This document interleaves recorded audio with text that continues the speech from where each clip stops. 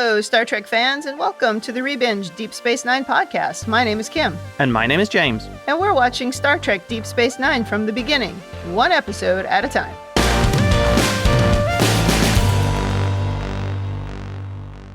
Welcome back to the podcast. Today we are on Season 4, Episode 5, entitled Rejoined. This episode aired October 30th, 1995.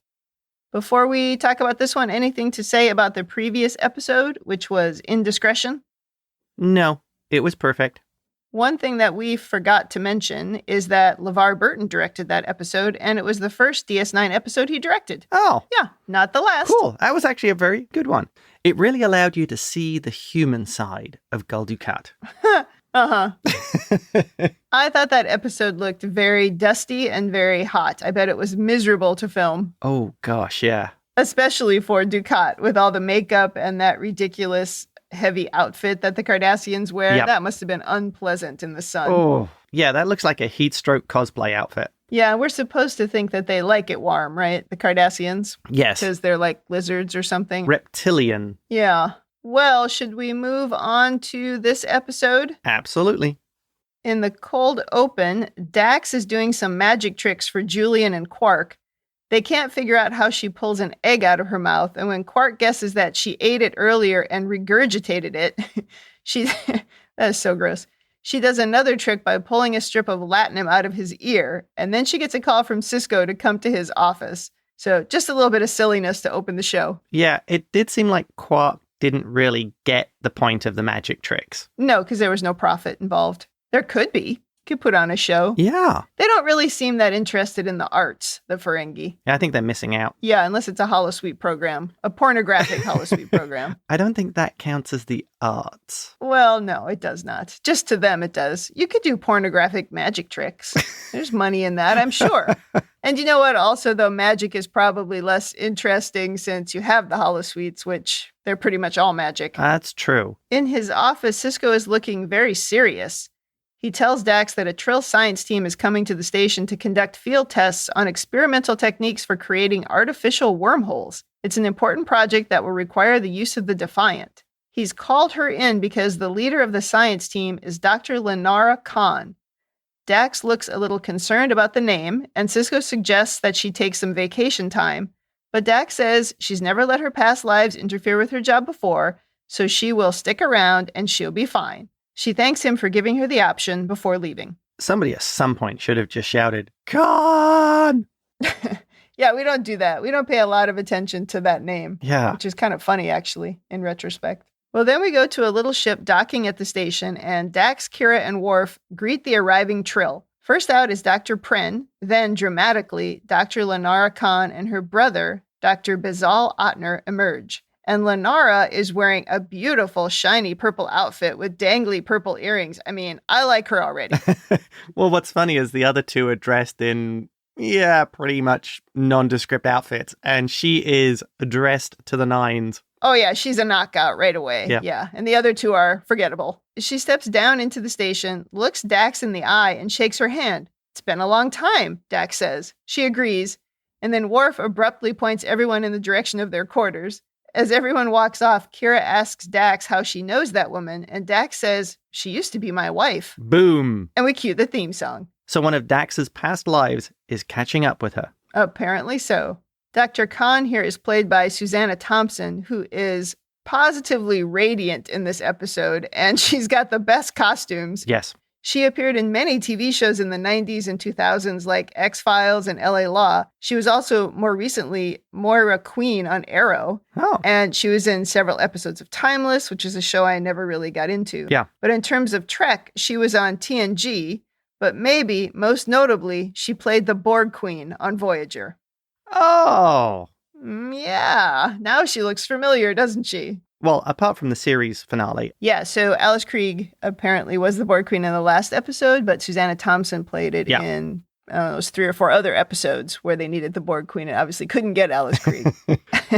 Well, we get a quick refresher now on all of Dax's hosts, and we learn that it was Torias Dax who was married to Lenara Kahn, who eventually became Lenara. Torias was the shuttle pilot who died young. We have a little comedy in this scene, too, as now Julian pulls latinum from Quark's ear, and then one of the waiters is looking to see if there's any more in his ear. It's ridiculous. Yeah, this scene was pretty much all exposition, just so the episode could actually make sense. Oh, absolutely. That was the entire point. Yeah. I'm still fuzzy on the timelines, though. I don't think they're entirely consistent, and I don't know if the numbers all line up for the ages of these people. You've said that before. I think you might have to put it in a spreadsheet and see if you can figure it out. I think, yeah, I might have to. Yeah. Well, I'm sure somebody would start to claim that the years were different on Trill. Oh. And so they counted time differently. That's always a good one. Yeah, like how we always have to say 52 hours for 2 days on Bajor. Right. Also, when Kira and Bashir walk away from the bar, you see Morn sitting in the background. So first Morn sighting of the show. Well, Kira and Julian do walk away and talk privately in order to get a bit more exposition into this episode. And they're standing like in the door of the bar. And Kira thinks if Dax and Lenara are still in love, they should just pick up where they left off.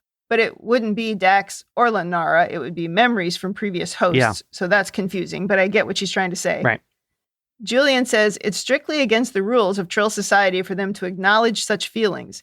Having a relationship with a lover from a past life is called reassociation, and the Trill feel very strongly that it's unnatural. That language is very interesting for what is happening here. Kira doesn't get it, and neither do I. So much subtext here. Yeah. Anytime someone says something is unnatural, that person A loves person B, it strikes of a very ridiculous bias. Yeah.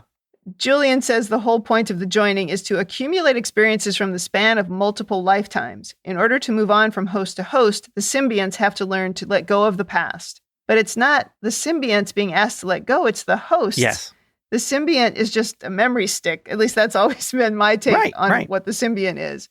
The hosts are the ones dealing with the memories of the emotion. Yes. Well, anyway, they have to let go of parents, siblings, children, and even spouses. Kira thinks it's dumb that if people are in love, they can't just be together just because somebody thinks it's taboo. Well, yes, it is dumb. A lot more subtext there. And now we're standing in the dark, like the lights were turned off or something. Avery Brooks directed this episode, and he made some strange directing choices, and this is one of them. It's also funny that in that doorway, you clearly see Kira is wearing significant high heels. Oh, yeah. They've changed her to some higher-heeled boots when they changed her uniform here at the beginning of the episode, which makes no sense. You don't run in high heels. I mean, come on. But, of course, they don't run on Deep Space Nine. But what she does do is she ends up going on missions where she's like walking in sand dunes with Dukat, and she should just be walking in sensible shoes. Because do you think that the dudes are wearing high heels? No, of course they're not. I could see the Cardassians wearing the biggest, clumpiest boots they could find. Yeah, but not with high heels. I don't think heels were an option. No.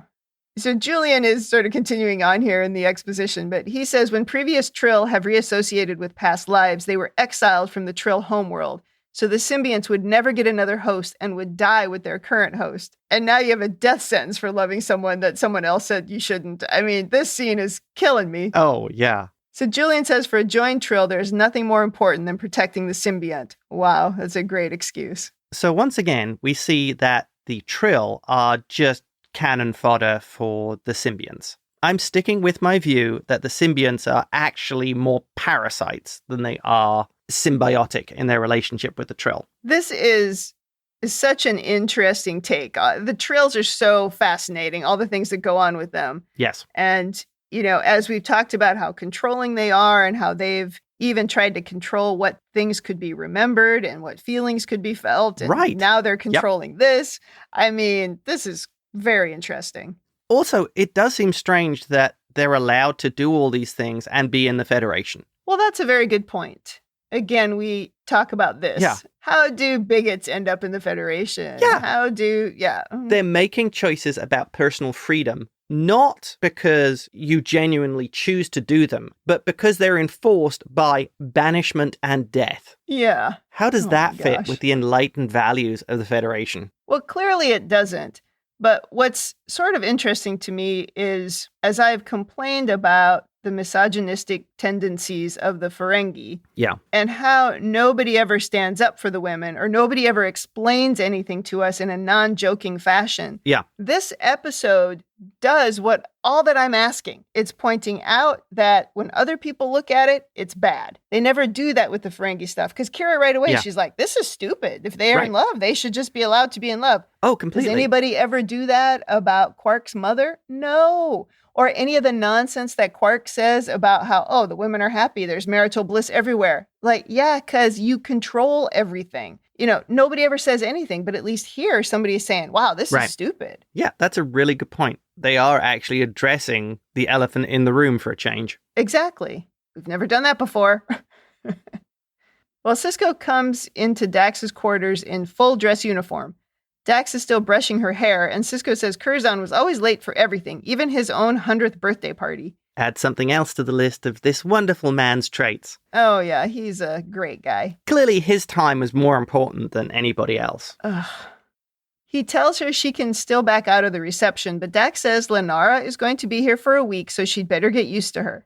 Now we go to the party in the wardroom, and Sisko is proposing a toast to the success of creating the first artificial wormhole. And nothing else in this entire scene matters because Kira is wearing the greatest purple outfit this show has ever had. Why does she not wear this all the time? Yes, she looks fantastic in it. I mean, where has this outfit been my whole life? It's light purple. It has a long top over some purple kind of leggings with purple boots. Although the boots are kind of hard to see on standard TV, so I'm not sure if they were purple, but they looked purple to me. Another costuming triumph lost to standard def. Right. But it's perfectly fitted, and it has the slightly high collar. Usually Starfleet dress uniforms leave a lot to be desired, though I will say Worf looks very good in his. But if this is Bajoran dress uniforms, I approve wholeheartedly. Her hair is still a little bit long, but it looks good here. And also there's some purple in her eyeshadow. And when I paused the picture, it appeared like there was a slight tint of purple in her hair, but that could have just been bad video quality. I mean, she looked amazing. Yes. Very good summary of Kira's most impressive outfit.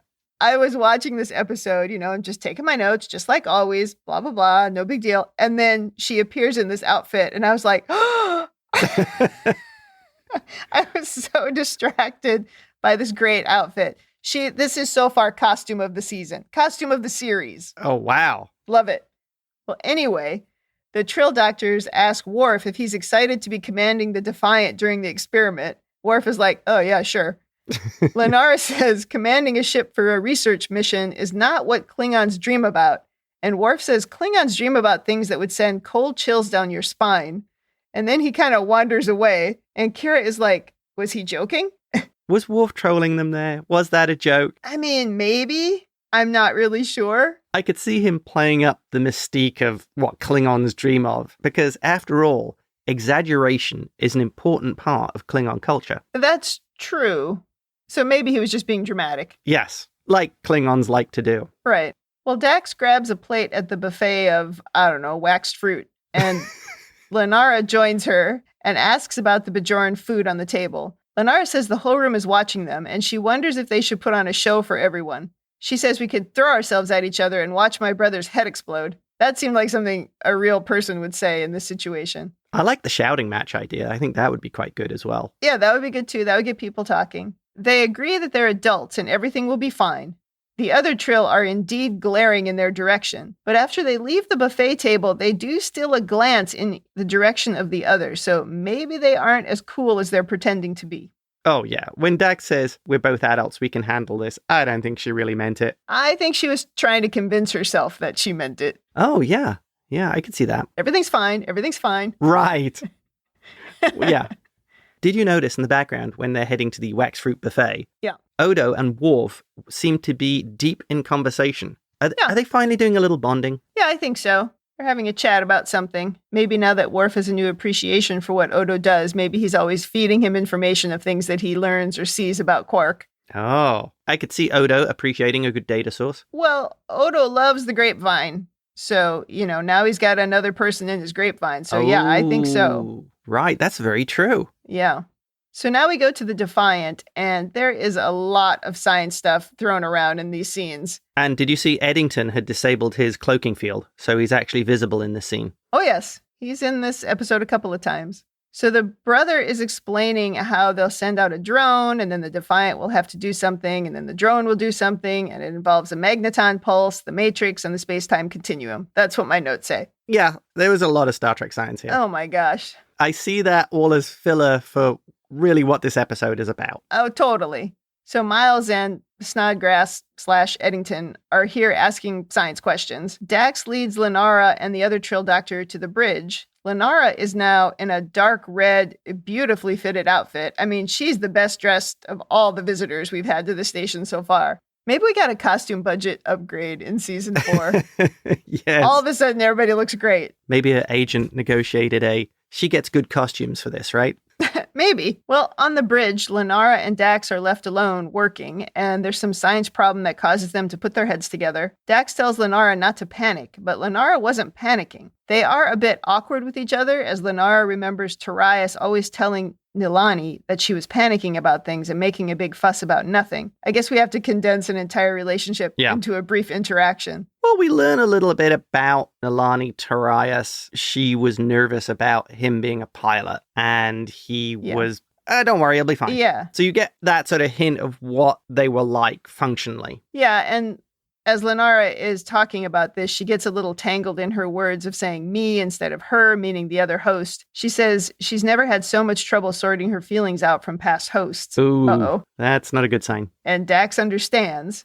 Lenara says that's probably why we aren't supposed to spend too much time together. We might get lost in the past. Oh, yeah. They try to focus on work, but Dax says Torias should have listened to Nilani the day before he died. The shuttle wasn't ready for a full test, but he did it anyway, and he was wrong. She says whatever part of me is still Torias is very sorry. And they each get a bit teary, but they try to carry on working. And then Dax invites her to dinner, which Lenara declines at first, but Dax says Julian will be there, so Lenara agrees. So we learn that Torias' death was caused by he knew the shuttle wasn't ready and still flew it. Yeah, and did it anyway. Yeah. Well, now Dax is begging Julian to cancel his plans and chaperone her dinner with Lenara. He eventually agrees to dinner at 2200, which I feel is quite late for dinner. I mean, I'm from the Midwest. We like to eat at 6. Yeah. Now the three of them are having dinner, and Julian is very bored as the two women trade stories. Lenara says the smartest thing. She says she's glad she never met Curzon. She doesn't think she would have liked him much. Ah, yes. I mean, she's like my new favorite character. Yeah, Julian did seem pretty bored as they were going through more stories about how Curzon was a degenerate. Uh-huh. They discover that they have more in common now than they did when their previous hosts were married. Uh-oh. That was interesting that their previous hosts didn't share a lot of commonality. Well, that's right, because he said that she was into science and he found it kind of boring or whatever, right? But you can't have everything in common. It's good to have some diverse interests, right? Because you got to be your own people. But now they're both very science-oriented, very smart, and then also being Trill, they've got long backgrounds to draw on. So, you know, that's probably part of it as well. Right. So Julian, who is nodding off, gets a call about a medical emergency, and he excuses himself very quickly. He cannot get out of there fast enough. Oh, he is bored out of his mind. I don't know. I think it might be kind of interesting to hear about these past lives, about what they've accomplished. It could be sort of interesting, you know what I mean? Yes, and it probably would be very interesting. It would probably be, though, very difficult to be a part of that conversation. Yeah. How can you even really relate to any of it? You know, you might want to be asking some questions and get to be a part of the conversation, but also it seems like what was really happening or what they were trying to show was that Julian was a third wheel. It wasn't that this wasn't an interesting interaction or something he could be a part of, but he actually was a third wheel. They brought him along only as show that they weren't being alone together, but they really just wanted to be alone together. True. Although Julian is a little self-centered, so if the conversation doesn't revolve around him, he might not be so interested in it. Well, I had that thought too, as he's usually the one who's trying to talk to the women, right, and pick up women, and he's got no chance here. He is very outclassed by each of them. But yeah, I thought it would be interesting to listen to Trill stories about previous lifetimes. No, I agree. But when he leaves, Lenara says, "That's a good friend. He never once complained while we sat here trading stories." So then Dax admires her earrings, which are Klingon, and she takes them off and gives them to Dax. Lots of happy, long looks at each other. Yes. They find it funny that it's a different face, but the same person. And then Dax grabs her hand and says how glad she is that Lenara is here. And Lenara agrees. And as we go to commercial, we see the older Trill doctor spying on them disapprovingly. A stalker is watching. It's unnatural. Oh, and taboo and all the other words yes. that Julian told us in the opening scene. I thought it was interesting as a tie back to facets here because Dax points out how the little things remind them of the previous host, the way that they smile or they do things. Right. And that was one of the things that they talked about in facets, like Dax putting her hands behind her back was because of one of her earlier hosts doing that. Yeah, Lena. So that must be really strange for the Trill that they pick up these habits from previous hosts and pass them on to new hosts. I think it shows how dominant the symbiont and the personalities stored within the USB drive are. Yeah, I guess so. It's not 100% consistent. Yeah. Because I'm not even sure why that would make sense. Like, why would you have some of the sort of tics of some of the previous hosts, but not all of them? Yeah. Or why would you not know where they're from? I don't know. I find that sort of confusing. Right. Like, why didn't Dax have a thorough knowledge of gymnastics? Yeah. We did get an email from one of our listeners about this, which I'll talk about when we get to the end of the episode. But yeah. I also think it's really tough to be consistent with something like this, but it is a little bit flaky. Well, yeah, because you're probably filling out the canon as you go along. Yeah, to some degree, I'm sure that's true. Well, the Defiant has arrived at the coordinates for the preliminary tests. The drone is ready. Dr. Kahn starts everything. Technobabble, blah, blah, blah. At one point, Dax goes to Lenara's station and is talking quietly to her. From the front shot, she is working on a panel, but when they show it from the perspective of the other two Trill doctors, Dax is like sitting on the console and touching Lenara's face and whispering in her ear. I mean, it's completely different. And I wondered if that was on purpose. Yeah. You know, like, were those two, or in particular, was the one older doctor, is that just what he was seeing? Even though, you know, when we saw it from the other perspective, that's not really what was happening. Like, he was overreacting. That's a really good point. I think you're right. We saw the first shot where they're just talking about the sciencey stuff and she's touching the panel and doing the other stuff. Yes. And then you see it from his perspective and he's seeing, they're fraternizing. Yeah, they're essentially flirting. Yeah. Oh, that's a great point. Well, the older doctor says, they're very friendly today to the brother. Very judgmental. Yes. The brother glances over his shoulder, but pretty much tells the guy to mind his business. Yeah. So we do all the science things, and we appear to create a fiery-looking wormhole.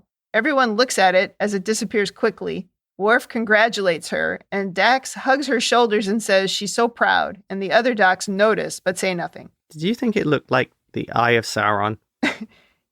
Absolutely. Yes, that's completely what it reminded me of. I got a weird Lord of the Rings vibe there. Are they crossing over into that now as well? Well, maybe. This was a long time before Lord of the Rings, the movie anyway. Yeah. So Lenara and her brother are eating in the replimat, and the wormhole was open and coherent for 23.4 seconds. The brother says the next test will be to send something through the wormhole to prove it's stable. Do you think they know where the other end is? Like, do they just send something in there and go, oh, it worked, and it's gone forever? We don't talk about that. We don't deal with that bit of it. We don't talk about that. Lenara says something about Dax recommending a Class 4 probe next time to get a better reading. The brother starts asking questions about her and Dax, which Lenara does not appreciate. No. He says the old doctors saw them holding hands, and now he's starting to wonder too. Lenara leaves the table in a huff, but the brother chases after her and apologizes. He says he just wants to hear her say that nothing is going on. So he's not really sorry. No, not at all. She says there's nothing going on and then leaves him. Well, now we go to Dax's quarters, and Dax is wearing a loose-fitting purple jumpsuit. I mean, this is such a purple episode. Yeah. I love it. It's like we've gone back to season 1 with the purples. Yep. She seems to be doing some stretching or meditative exercises in her quarters when Lenara enters, miffed at her brother. Dax says maybe we shouldn't see each other and give people the wrong idea. Lenara says, or give them the right idea. Dax says it would be easier to just not have this conversation, but neither can deny that they're having feelings for the other. Dax takes her hands and says she doesn't want to hurt her. She doesn't want to hurt her again, like back when she was Torias. Lenara says she thought she'd gotten over Dax because it's been so long, but now she knows she hasn't. And Dax says she's missed her, and they start making out. And eventually, Lenara says she'd better go, and she vacates the room as Dax looks a bit shaken in her purple bodysuit. And a portion of the population's head explodes. Oh gosh, I am quite sure. Dax goes to see Sisko, and she's telling him that she wants to profess her undying love to Lenara and completely disregard Trill society. Sisko looks so serious here. He's very serious in this whole episode. He's very serious in the beginning, too, when he first talks to her. And there is so much subtext here. I think maybe he's serious because he's also directing. Oh. Well, she asks him if he thinks that she should pursue this, and he flatly says no. Curzon used to say it didn't matter whether he agreed with the taboo or not. The price for violating it was too high. It means exile. Wait a minute. So there is a rule that the old degenerate wouldn't break? Well, so he said.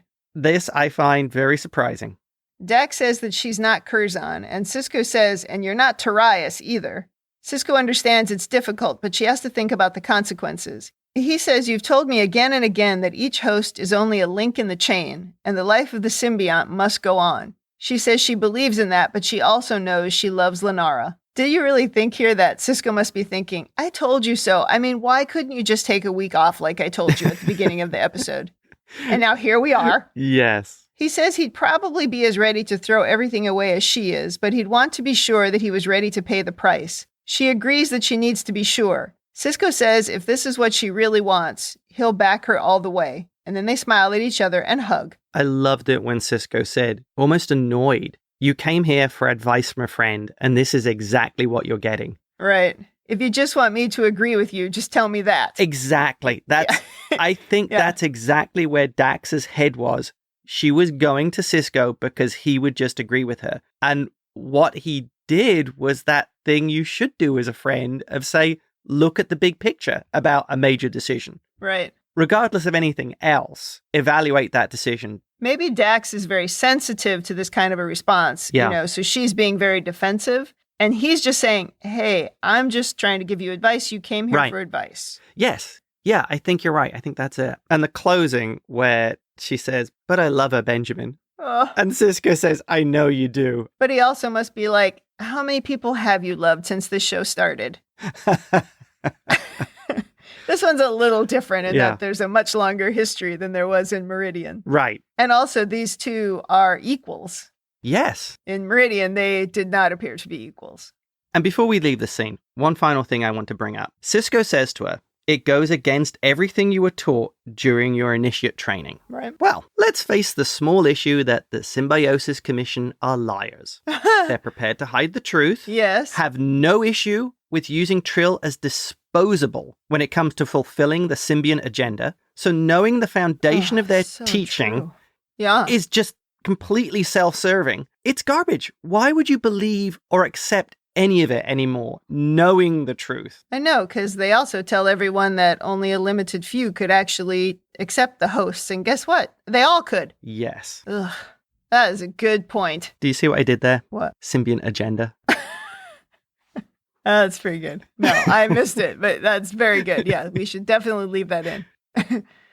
We go back to the Defiant, and we start the science stuff again. Snodgrass and Lenara are in the engine room together this time. They start the Matrix, and the drone and the wormhole appears again. They launch the probe, and it causes an explosion and sends some kind of pulse into the Defiant. Lots of bad things happen, including a massive plasma leak in the engine room. Once again, not following your advice, Kim, of why don't they move further away from these things when they do them? I don't know.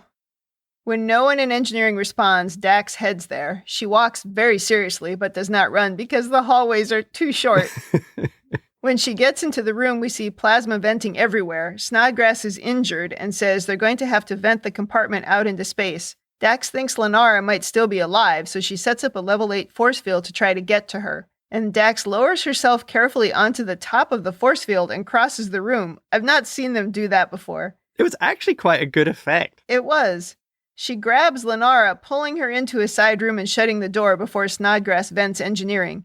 The two hug each other desperately and say they didn't want to lose each other again. It was a very emotional scene. That was very cute. Yeah. Back to the station, and Lenara is recovering. The brother thanks Dax for saving his sister, and then he leaves them alone. She's beautifully dressed with full hair and makeup and earrings, so she's not exactly convalescing like a patient.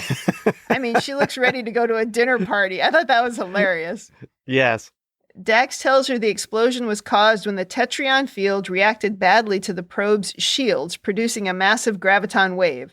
So really, this is all Dax's fault, because she's the one who suggested the probe. Oh, so maybe she was deliberately sabotaging Lenara's work. Oh, maybe. No, I don't think so. Maybe one of the past personalities. Oh. This was all happening subconsciously. What's his name? Duran. Yeah.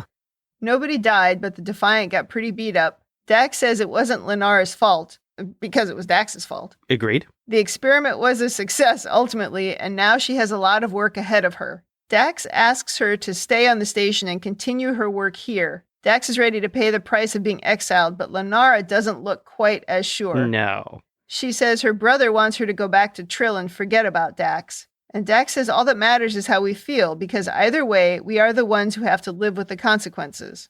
This is true. Yep. Lenara says when Dax isn't around, she feels like a part of her is missing, but she doesn't think she can do it. When Dax gets annoyed, Lenara points out that she doesn't have a little Curzon inside of her telling her to be impulsive and ignore the rules.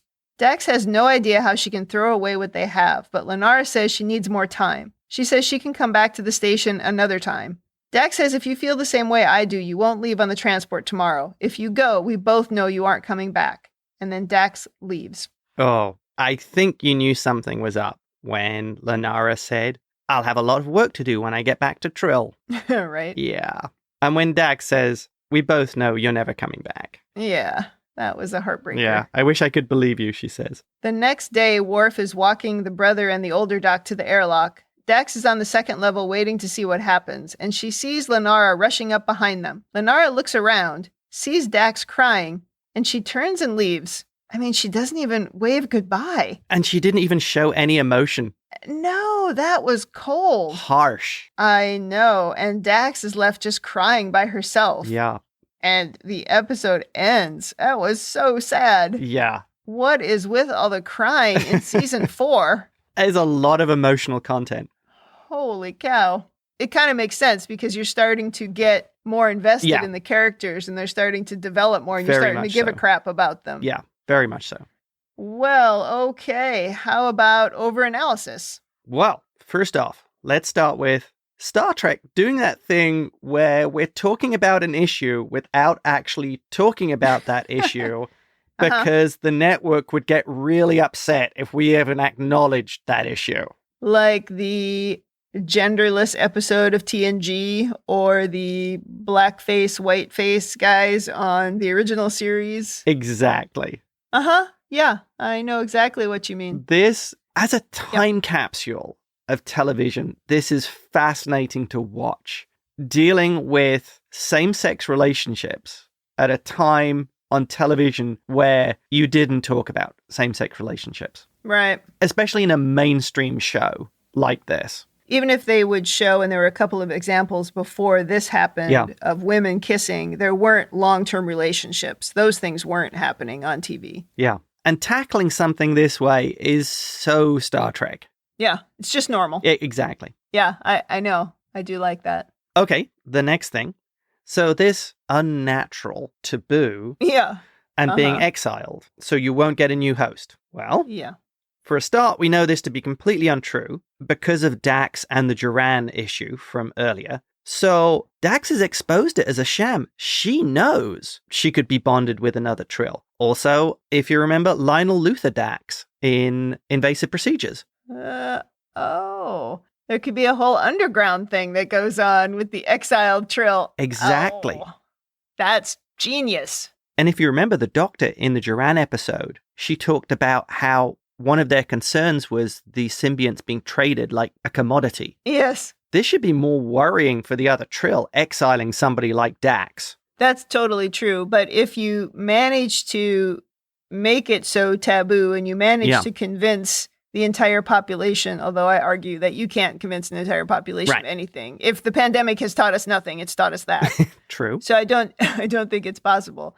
But if you had managed to convince them that this thing was so taboo that nobody ever tried it, but if you get to the point of somebody like Jadzia, who is very educated, very smart, and willing to give everything up, it only is going to take one other one of them to go off with her. Right. And if then they can start a whole new civilization, basically, by finding some of the other ones, it doesn't have to be them trading it as a commodity, but it can certainly be, hey, we're going to build a more open society it's okay with past lives crossing. Exactly. But she would struggle to do that because they've managed to convince all of Trill that not everyone can have a symbiont. Right. They already have proved a background of being able to carry out a mass deception of the population. Yeah. Fake news.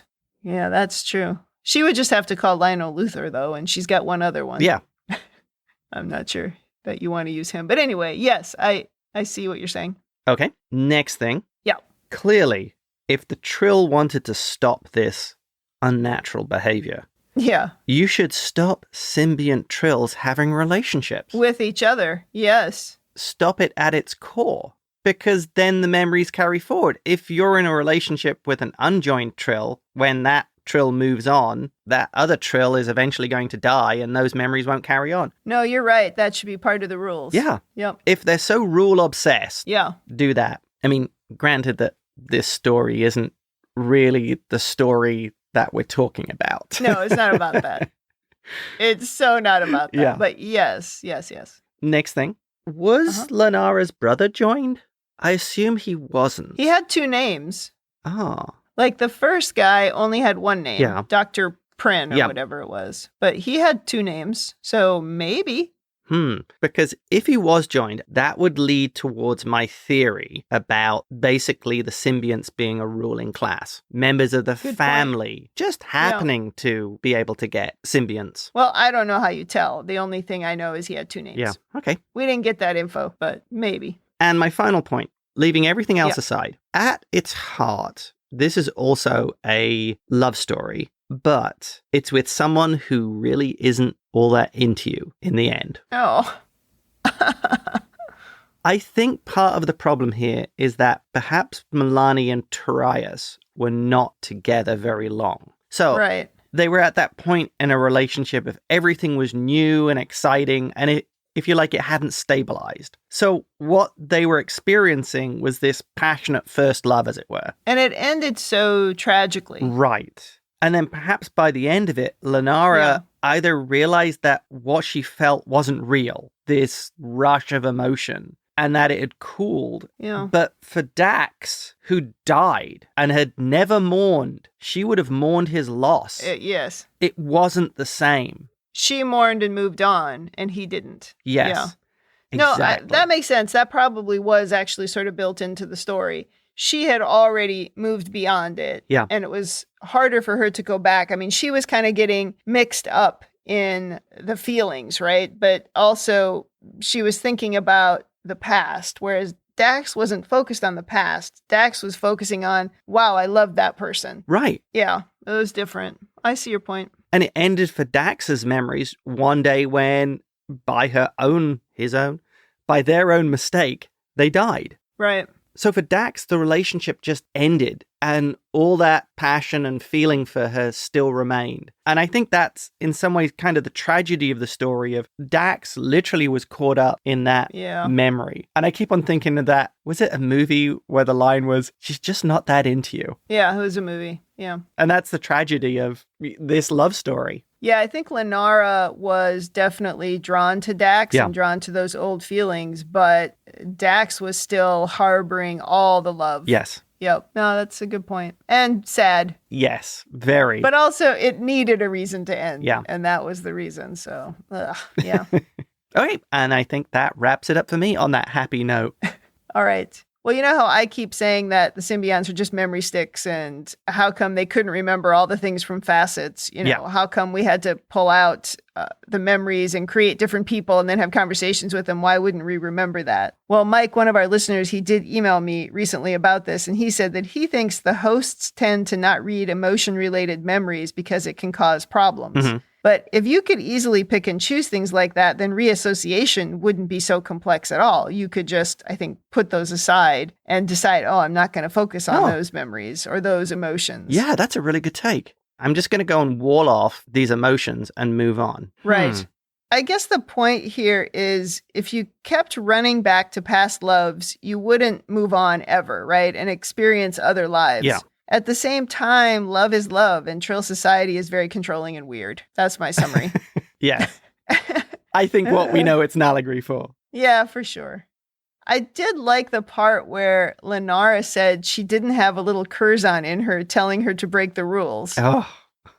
Although even Sisko said Curzon wouldn't have done this. But still, I think that was a really good point. And my first watch, I missed that. Yeah. I heard that the second time through and I was like, oh gosh, that's a good point. She doesn't have that. She's only once removed from that host. So for her, it's probably very different here. Oh, that's also a good point. Those were all my overanalysis points. Well, let's move to women in the future.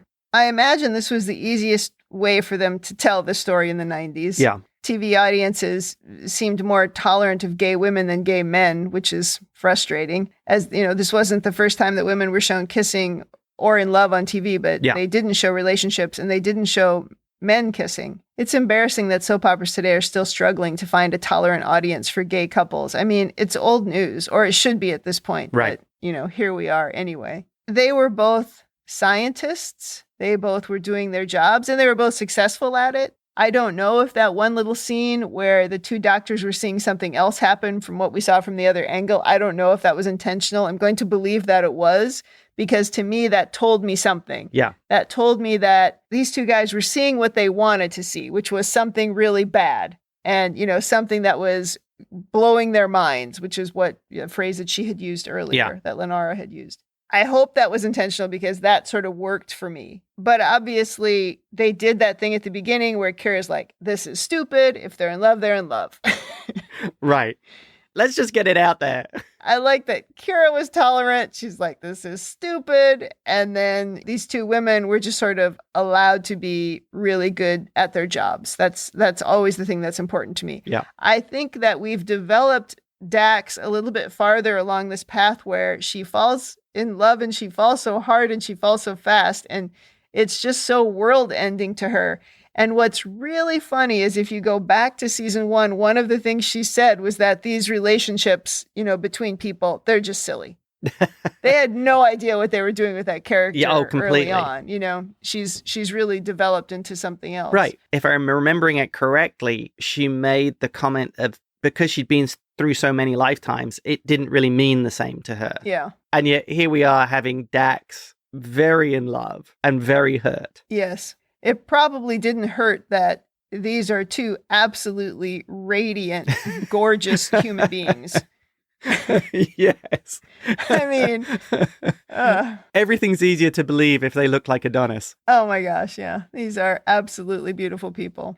I also really thought that the performances of each of them was quite good. Yeah. In particular, the woman playing Lenara, I thought she was great. I mean, she looked great. She had great clothes. Yeah. Everything about her was great. And she was very consistent in her acting. I really liked that. I thought Dax was honestly outstanding. I thought she brought it felt really honest. Absolutely. Yeah. Oh, I agree with that. She gave this impression of everything she was feeling was like literally on the surface and was believable. No, it was definitely intense. I agree with that. Though sometimes both Dax and Julian, you're supposed to know that they're serious because their foreheads crinkle. Oh. Sometimes I'm not so sure about the dramatic acting that goes on this show. Yeah. But she was good. Everybody was good in this episode. There were some really peculiar directing choices that Avery Brooks made, including that one scene where they're standing in the dark. And then there's another scene where Dax puts on her comm badge upside down and he flips it over and she's like looking down on it. And then they switch to a different scene and she's still looking down at it. And then she looks up and she's in the wardroom. And it was like, okay, that was a little quirky. I think that was to try and show that Dax was a little discombobulated by everything that was going on. That it was throwing her to the side. Yes, that's what I thought. When she first put it on upside down, that's what I thought. Yeah. But then when she stared down at it and then looked up and she was in the other room, I thought, okay, we're trying to do some funky directing thing. I also really thought that Sisko was being a good friend. I mean, we covered that, but I thought he was being a good friend to her as well. Yeah, I don't know. The women in the future here, it was a tragic story between the two of them, but I thought it was overall pretty well handled. Yes. Which is shocking for this show. So let's go to rating. Thumbs up, thumbs down, or neutral. What is your rating? I really enjoyed this episode. I don't really remember this from the first time I watched it. Yeah. But it serves as an interesting time capsule for the 90s. Yeah, agreed. I think maybe because of streaming or because TV's, if you like, grown up, that we can handle subjects like this a little more realistically. Like, it's just part of life. Like in Discovery? Yeah. It's just part of life. Yeah, exactly. Yep. Especially in a society that's set in the future. It's always great when Star Trek steps a little bit outside of the normal bounds because it's really a pretty straight-laced show. Yeah. And, it's teaching us these lessons about things, but it's being pretty much always falling on the side of righteousness. It's usually, hey, the humans are the best. And so I really like it when they push the boundaries a little bit to try to show, like, you know what? This is okay, too. Yeah. You can chill out about it. And they did it when they had the kiss between Uhura and Kirk. Yep. Even though when you watch that episode, the context of that is not good. But still, they pushed a boundary, and then they pushed a boundary here. I don't know what kind of an impact it had, but I appreciated it. And anytime people complain about the things that go on in Discovery, I'm like, go back and watch Star Trek. I mean, I don't know what world you live in, but it is not the Star Trek world because this is what Star Trek has always done. It's silly. I know exactly what you mean, yeah. I agree with you. I gave it a thumbs up. I noticed that, we've had some really high-rated episodes so far in season 4, like The Visitor and Way of the Warrior. When you go and look at IMDb, the ratings are quite high. Mm-hmm. This one is still quite high, but it was actually under 8. Huh. And I was like, I'm so surprised because really this is very well handled, very well acted. Overall, a very good episode. And then I was like, oh, geez, I suppose I'm ignoring what happened and why there would be some negative votes. Yeah. Which is just really sad in 2021 and also in 1995. But right. The world is the world. The world moves slowly. Oh, the world moves so slowly. I also give it a thumbs up. I don't know if I did my summary of my rating, but ultimately it's a very good story. At least here, Jadzia wasn't falling for someone she just met. She was remembering being in love. When they realized that they had more in common now than they did before, it was like, uh-oh, this is going to be rough. Yeah. And it was. And yeah, overall, I quite like this episode. Yeah, I thoroughly enjoyed this episode. Definitely a thumbs up. Agreed. Okay, that does it for season 4, episode 5. Come back next week for episode 6. In the meantime, if you'd like to send us your own overanalysis of this or any episode, or if you just want to say something nice, please email us at rebingeit@gmail.com or tweet us at rebingeit. Also, check us out on talkthroughmedia.com. You can leave feedback there as well, but most importantly, you can find our new podcast, Star Trek Prodigy, a Rebingeit podcast, where we are recapping and reviewing the new animated series each week. You can find this podcast on talkthroughmedia.com or wherever you get your podcasts. Thanks for joining us on the Rebinged Deep Space Nine podcast. That's it for me. And that's it from me.